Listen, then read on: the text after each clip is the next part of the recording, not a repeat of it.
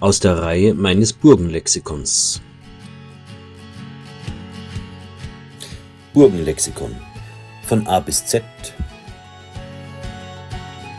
Was Sie schon immer über Burgen wissen wollten oder auch nicht.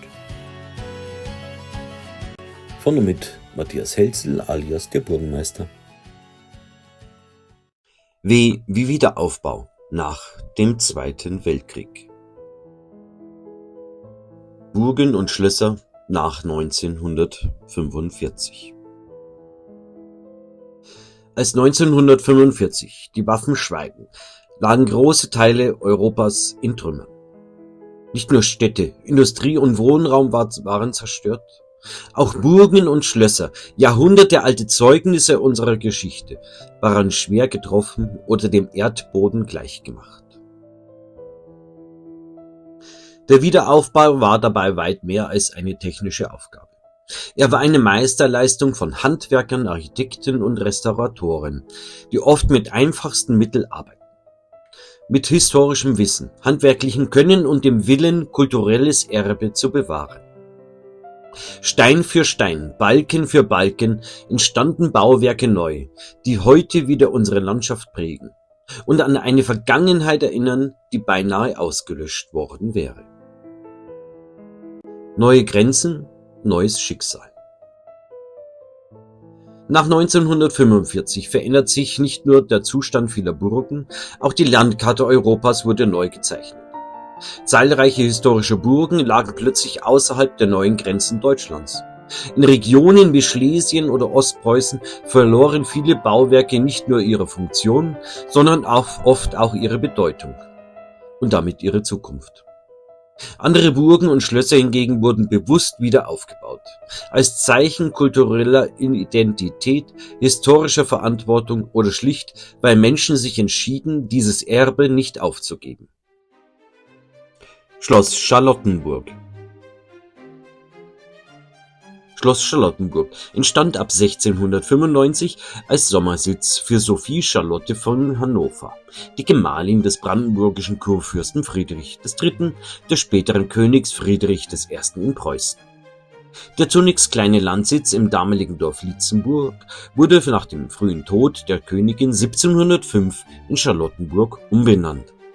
Bereits zu Beginn war das Schloss als Ort höfischer Repräsentation für Musik und Kunst gedacht und entwickelte sich rasch zu einem bedeutenden Zentrum des preußischen Hoflebens. Der Ausbau erfolgte in mehreren Bauphasen zwischen dem späten 17. und dem ausgehenden 18. Jahrhundert. Nach frühen Entwürfen von Johann Arnold Nering und Martin Grünberg prägten vor allem Johann Friedrich Eorsander von Goethe und Georg Wenceslaus von Knobelsdorff sowie Karl Gotthard Langhans das Erscheinungsbild der Anlage.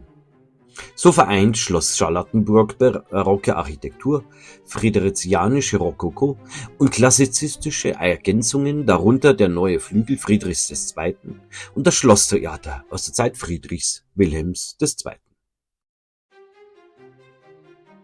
Ja, ein Blick auf Schloss Charlottenburg um 1900. Im Zweiten Weltkrieg wurde Schloss Charlottenburg 1943 schwer beschädigt. Große Teile brannten aus, die Kuppel stürzte ein. Dennoch entschied man sich in der Nachkriegszeit bewusst für den originalgetreuen Wiederaufbau. Maßgeblich vorangetrieben durch die Kunsthistorikerin Margarete Kühn wurde das Schloss bis 1957 in seinen historischen Formen wiederhergestellt. Ein frühes und prägendes Beispiel für denkmalpflegerischen Wiederaufbau im Nachkriegsdeutschland. Hier noch einmal das Bild links um 1900 und rechts 1943 die ausgebrannte Ruine von Schloss Charlottenburg. Hier Bilder aus den 1950er Jahren, der Wiederaufbau hat begonnen. Heute ist Schloss Charlottenburg die größte Schlossanlage Berlins und ein Museum von internationaler Bedeutung. Zum Ensemble gehören der Schlosspark mit barocken und landschaftlichen Partien, das Belvedere, der neue Pavillon und das Mausoleum. Das Schloss steht exemplarisch für die Bedeutung bewusster Entscheidungen zum Erhalt kulturellen Erbes und für den Wert historischer Architektur über Zerstörung und Wiederaufbau hinaus. Hier nun ein aktueller Blick auf das Schloss Charlottenburg in seiner neuen Pracht. Und natürlich wurden auch die Prunksäle und Räume wieder hergerichtet, wie hier die Goldene Galerie. Die Würzburger Residenz. Die Würzburger Residenz war der repräsentative Sitz der Würzburger Fürstbischöfe und entstand im Geist des Absolutismus als modernes Gegenstück zur alten Residenz auf der Festung Marienberg. Vor dem Neubau gab es am Rennweg bereits ein kleineres Rennweger Schlösschen nach Plänen von Antonio Petrinis, das jedoch wegen statischer Mängel und zu geringer Dimensionierung nie richtig genutzt und 1720 wieder abgebrochen wurde. Fürstbischof Johann Philipp Franz von Schönborn entschied sich daraufhin für einen kompletten Neubau, beraten unter anderem von seinem Onkel Lothar Franz von Schönborn. Der eigentliche Bau begann 1720 am östlichen Rand der Altstadt und wurde nach Entwurf und unter maßgeblicher Leitung von Balthasar Neumann entwickelt. Die Anlage wuchs als große barocke Schlossanlage mit Ehrenhof und Platz zur Stadt hin. Der Rohbau war 1744 vollendet. In den folgenden Jahren wurden unter wechselnden Fürstbischöfen zentrale Teile weitergeführt. Unter Friedrich Karl von Schönborn entstanden unter anderem wichtige Repräsentationsräume wie der Weiße Saal und Paradezimmer und das Paradezimmer sowie die Hofkirche, bevor es unter Anselm Franz von Ingelheim zu einem Baustopp und zur Absetzung Neumanns kam. Hier ein Blick auf einen Stich des 18. Jahrhunderts, die Residenz mitten im Bau. Der Höhepunkt der Innenausstattung fiel in die Zeit ab 1749. Die Residenz erhielt ihre berühmte künstlerische Ausstattung mit Stuck und Fresken, vor allem durch Giovanni Battista Tiepolo. Unter anderem das monumentale Deckenfresko im Treppenhaus sowie Arbeiten im Kaisersaal. Und Antonio Giuseppe Bossi, Stuck, und unter anderem im Weißen Saal und im Kaisersaal. Unter Adam Friedrich von Seinsheim wurde das Ensemble weiter vervollständigt, der Hofgarten in die bis heute geprägende Form gebracht und später auch frühklassizistische Umgestaltungen vorgenommen. Ab 1780 galt die Residenz insgesamt als vollendet. Im Zweiten Weltkrieg traf die Residenz der verheerende Bombenangriff auf Würzburg am 16. März 1945 besonders hart. Vor allem die Seitenflügel wurden schwer zerstört, während die großen steingewölbten Kernräume des Mittelbaus, unter anderem Vestibül, Treppenhaus, Weißer Saal, Kaisersaal, zwar ausbrannten, aber strukturell stehen blieben. Durch schnelle Notmaßnahmen durch die Einnahme Würzburgs durch US-Truppen am 5. April 1945 konnten die erhaltenen Gewölbe provisorisch geschützt werden, wodurch die bedeutenden Fresken und Stuckarbeiten gerettet wurden. Der Wiederaufbau und die Rekonstruktion zerstörter Prunkräume zogen sich über Jahrzehnte hin und wurde 1987 mit der Vollendung des rekonstruierten Spiegelkabinetts abgeschlossen. Hier ein Blick auf die ausgebrannte Ruine der Würzburger Residenz. Der Mittelbereich steht noch. Und hier ein Blick über die ausgebrannte Dachlandschaft der Würzburger Residenz. Und so erstrahlt sie heute wieder, vom Hofgarten aus gesehen. Und dass diese Räume heute wieder so aussehen, vor allem mit diesem berühmten Deckenfresko im Treppenhaus, ist ein Wunder der Menschen, die nach 1945 hier arbeiteten. Die Kaiserburg Nürnberg. Die Nürnberger Burg ist das Wahrzeichen Nürnbergs und besteht als Doppelburg aus Kaiserburg und Burggrafenburg. Ihre frühesten baulichen Spuren reichen bis um das Jahrtausend. Schriftlich fassbar wird sie erst ab 1105 und bis 1571 hielten sich die Kaiser und Könige des Heiligen Römischen Reiches zeitweilig dort auf.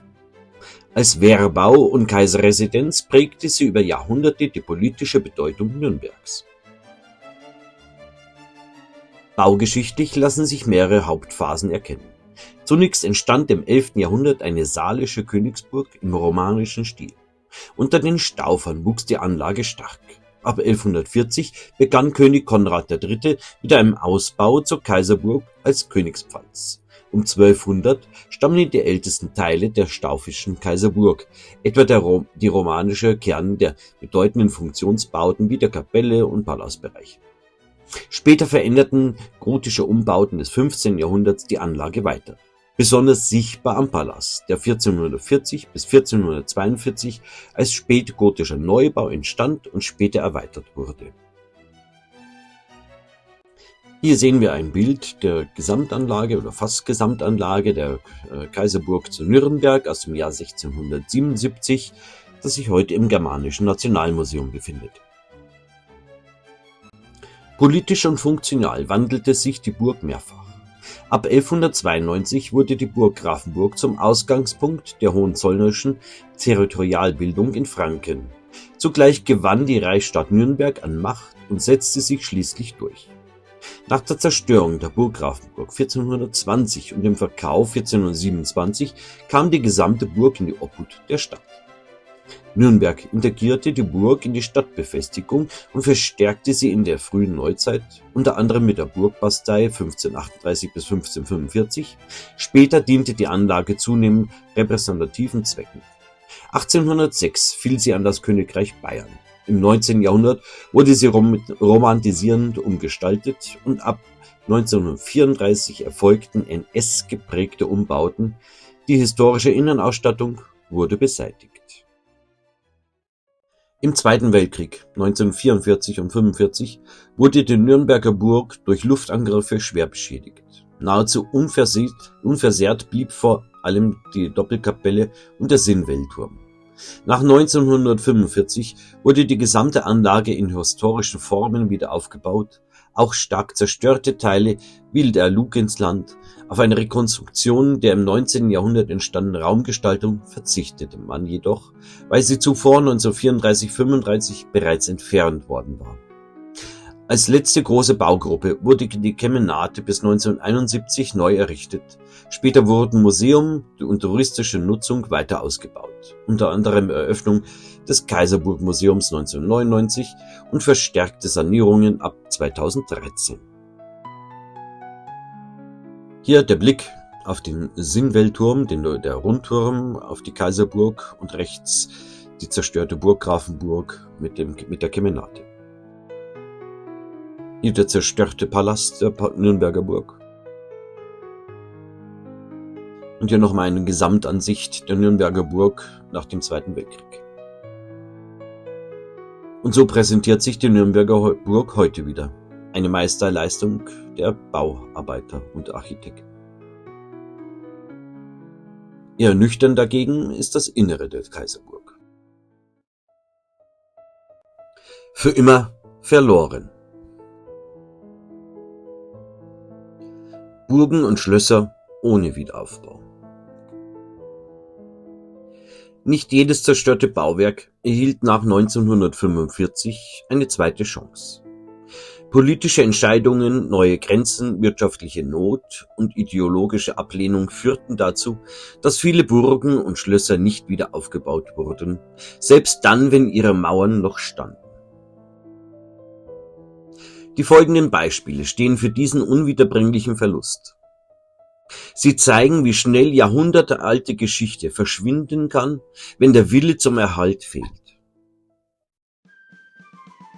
Das Königsberger Schloss in Ostpreußen. Das Königsberger Schloss war, neben dem Dom, das zentrale Wahrzeichen der ostpreußischen Hauptstadt Königsberg, heute Kaliningrad. Es ging aus einer Ordensburg des Deutschen Ordens hervor. Auf dem Burgberg wurde die Anlage ab 1255 als Festung errichtet und in den folgenden Jahrhunderten schrittweise zu einem großen Schlosskomplex ausgebaut. Seine politische Bedeutung wuchs mit den Funktionen, die es übernahm. 1312 wurde Königsberg Sitz des Ordensmarschalls. Nach dem Verlust der Marienburg wurde es 1457 bis 1525 Residenz der Hochmeister. Mit der Säkularisation des Ordensstaates wurde das Schloss 1525 Residenz von Herzog Albrecht von Preußen. Ab 1618 nutzten es die brandenburgischen Kurfürsten. Im Schloss fand zudem ein Schlüsselereignis der preußischen Geschichte statt. Am 18. Januar 1701 krönte sich Kurfürst Friedrich III. Im Schloss zum König Friedrich I. in Preußen. Hier sehen wir das Schloss Königsberg vor dem Umbau, hier noch als Ordensburg dargestellt. Baugeschichtlich war das Schloss kein einheitlicher Neubau, sondern ein über Jahrhunderte veränderter Vierflügelkomplex. Besonders hervortrat die Schlosskirche, die 1584 bis 1595 unter dem Baumeister Blasius Berward errichtet wurde und später als Krönungskirche unter anderem 1701 und 1861 diente. Ein vollständiger barocker Umbau, den Friedrich I. anstrebte, blieb nach seinem Tod weitgehend unvollendet. Realisiert wurde vor allem der barocke Südostflügel, Unfried oder Friedrichsbau genannt. Später verwandelte sich das Schloss zunehmend zum Behörden- und Museumsbau. Im Zweiten Weltkrieg wurde das Schloss bei zwei schweren RAF-Nachtangriffen Ende August 1944, unter anderem am 26., 27. und 29. 30. August, in der Innenstadtzone schwer getroffen und brannte aus. In der Schlacht um Königsberg im April 1945 kamen weitere Zerstörungen hinzu. Nach dem Krieg verfiel die Ruine. Ab 1953 wurden Teile, darunter der Turm, bereits abgetragen bzw. gesprengt und 1968/69 ließ die sowjetische Führung unter Breschnew die Reste endgültig sprengen und räumen. Auf bzw. neben dem Areal begann ab 1970 der Bau des Hauses der Sowjets, das jahrzehntelang unvollendet blieb und inzwischen wieder abgerissen wurde. Hier sehen wir das Schloss Königsberg, etwa in den 1920er Jahren. Hier nochmal ein Vergleich. Links Schloss Königsberg vor dem Krieg, auch etwa 20er Jahre. Und rechts nach 1945, etwa in den 50er Jahren, zerstört und ausgebrannt. Hier noch einmal die Gesamtansicht des Königsberger Schlosses mit diesem markanten Turm. Und hier bei der Sprengung in den 1950er Jahren. Und hier der Vergleich, links um 1900, dann 1945 und dann in den 70er Jahren. Vom Königsberger Schloss existieren zumindest noch einige Fotos bzw. Postkarten von den Innenräumen. Rechts oben sehen wir zum Beispiel die Ahnengalerie der Hohenzollern und unten den Krönungssaal. Schloss Neustrelitz. Das Schloss Neustrelitz war von 1731 bis 1918 die Hauptresidenz der Herzöge und Großherzöge von Mecklenburg-Strelitz und zugleich das erste Gebäude der 1733 gegründeten Residenzstadt. Errichtet wurde es 1726 bis 1731 im Auftrag von Herzogin Dorothea Sophie, nach Plänen des Architekten Julius Löwe im Barockstil, ausgehend von einem zuvor vorhandenen Jagdschloss in Glienicke, das zu einer dreigeschossigen hufeisenförmigen Anlage mit offenem Ehrenhof ausgebaut wurde. Besonders war dabei auch die städtebauliche Rolle. Dem Schlossbau folgten Hof- und Verwaltungsansiedlungen und das Ensemble prägte die barocke Residenzplanung Neustrelitz von Anfang an. Baugeschichtlich wuchs das Schloss über Jahrhunderte. Nach 1755 wurden die ursprünglichen Fachwerkwände durch verputzte Steinwände ersetzt und um 1755 entstanden repräsentative Treppenanlagen nach dem Vorbild von Versailles. Im 19. Jahrhundert kamen klassizistische Überformungen hinzu, unter anderem ab 1865 nach Entwürfen von Friedrich August Schüler. Seine endgültige Gestalt erhielt der Komplex dann durch den großen Erweiterungsbau 1905 bis 1909 nach Plänen von Albert Geier. Der Hof wurde geschlossen, die Grundfläche fast verdoppelt und der neue, weithin sichtbare Schlossturm, ca. 51 Meter, wurde als Landmarke und wichtiger Blickpunkt der Stadt ausgebildet, inspiriert vom Turm von Schloss Charlottenburg, aber eigenständig proportioniert und gestaltet. Hier sehen wir das Schloss Neustrelitz etwa in den 1920er Jahren. Nach dem Ende der Monarchie 1918 wurde das Schloss verstaatlicht und erhielt eine ungewöhnlich moderne Nachnutzung. Von 1918 bis 1934 war es Sitz des Landtags des Freistaats Mecklenburg-Strelitz. Hier wurde die erste demokratische Verfassung eines deutschen Landes ausgehandelt. Parallel nutzten Landesmuseum, Landesbücherei zeitweise und Hauptarchiv Räume des Schlosses. Ab 1934/35 wandelte das NS-Regime die Nutzung zur Ausbildungsstätte SA-Stammschule, später Führerschule des Berliner Instituts für Leibesübungen. Im Krieg kam zusätzlich ein Lazarett hinzu. Das Schicksal im Zweiten Weltkrieg war verheerend. In der Nacht 29. auf 30. April 1945 brannte das Schloss kurz vor Kriegsende in einem Großbrand aus. Dabei gingen auch Teile der noch im Gebäude befindlichen Sammlungen verloren. In der frühen DDR-Zeit wurde die Ruine 1949 gesprengt und bis 1950 weitgehend abgetragen. Im ideologischen Kontext des Ulbricht-Rundschreibens beschleunigter Abriss der Junkernsitze. Erhalten blieben vor allem Fundamente und Kellerreste. Seit der Wiedervereinigung gibt es Wiederaufbau- und Sicherungsbestrebungen, darunter Pläne, den markanten Schlossturm wieder zu errichten und die Kelleranlagen zu sichern bzw. zugänglich zu machen. Links sehen wir noch das intakte Schloss und rechts die ausgebrannte Ruine nach dem Zweiten Weltkrieg. Schloss Menzingen. Das Wasserschloss Menzingen, Kraichtal im Landkreis Karlsruhe, ist ein renaissancezeitliches Wasserschloss, das auf eine mittelalterliche Tiefburg zurückgeht. Urkundlich werden in Menzingen bereits 1359 2 Burgen erwähnt. Das Wasserschloss gilt als Nachfolger einer dieser Anlagen. Die frühe Gestalt der Vorgängerbauten ist kaum überliefert und lässt sich heute nur noch an baulichen Resten in der Ruine erahnen. Im Bauernkrieg 1525 wurde die ursprüngliche Tiefburg von aufständischen Bauern zerstört. Der entscheidende Neubeginn erfolgte dann unter Peter von Menzingen 1498 bis 1565. Er ließ das Schloss 1529 bis 1539 als dreigeschossige Dreiflügel-Renaissanceanlage neu errichten. Dabei wurden ältere Bauteile und Mauerzüge der Vorgängerburg teilweise in den südlichen Bereichen integriert. Hier sehen wir eine Ansicht des Wasserschlosses Menzingen, etwa aus dem 18. Jahrhundert. Im Zweiten Weltkrieg erlitt das Wasserschloss Menzingen schließlich seine schwersten Zerstörungen. Während des Krieges wurden Teile der Uhren- und Münzsammlungen des Kurpfälzischen Museums in Heidelberg zur Sicherung nach Menzingen ausgelagert. In den letzten Kriegswochen jedoch wurde das Schloss am 2. April 1945 beim Jagdbomberangriff fast vollständig zerstört. Die Ruine blieb anschließend jahrzehntelang ungesichert, überwuchert und aufgrund der beschädigten Steinbrücke kaum zugänglich, bis ab 1991 erste Sicherungs- und Freilegungsarbeiten begannen, durch die die Anlage erhalten und schrittweise wieder zugänglich gemacht werden konnte.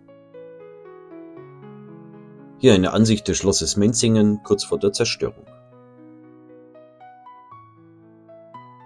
Und hier das Schloss Menzingen im heutigen Zustand. Schlussgedanken. Der Zweite Weltkrieg hat Burgen und Schlösser nicht nur beschädigt oder zerstört. Er hat Entscheidungen erzwungen. Manche Bauwerke wurden aus Ruinen wieder aufgebaut, dank der Meisterleistung von Handwerkern, Architekten und Restauratoren, die mit wenig Material, aber großem Können arbeiteten. Andere gingen für immer verloren. Nicht immer, weil ein Wiederaufbau unmöglich gewesen wäre, sondern weil Zeit, Geld oder der Wille fehlten. Burgen und Schlösser sind mehr als Stein und Mörtel. Sie sind Erinnerungsorte. Was heute noch steht, steht auch, weil sich Menschen nach 1945 bewusst für den Erhalt entschieden haben. Und was fehlt, erinnert uns daran, dass kulturelles Erbe keine Selbstverständlichkeit ist. Danke, dass Sie dabei waren. Ich hoffe, Sie konnten ein Stück Burgengeschichte, Burgenwissen mitnehmen. Ihr Matthias Helzel alias der Burgenmeister. Und nicht vergessen, abonnieren und liken ist kostenlos. Dieses Video wird präsentiert und unterstützt von der Vermittlung Historischer Immobilien OHG.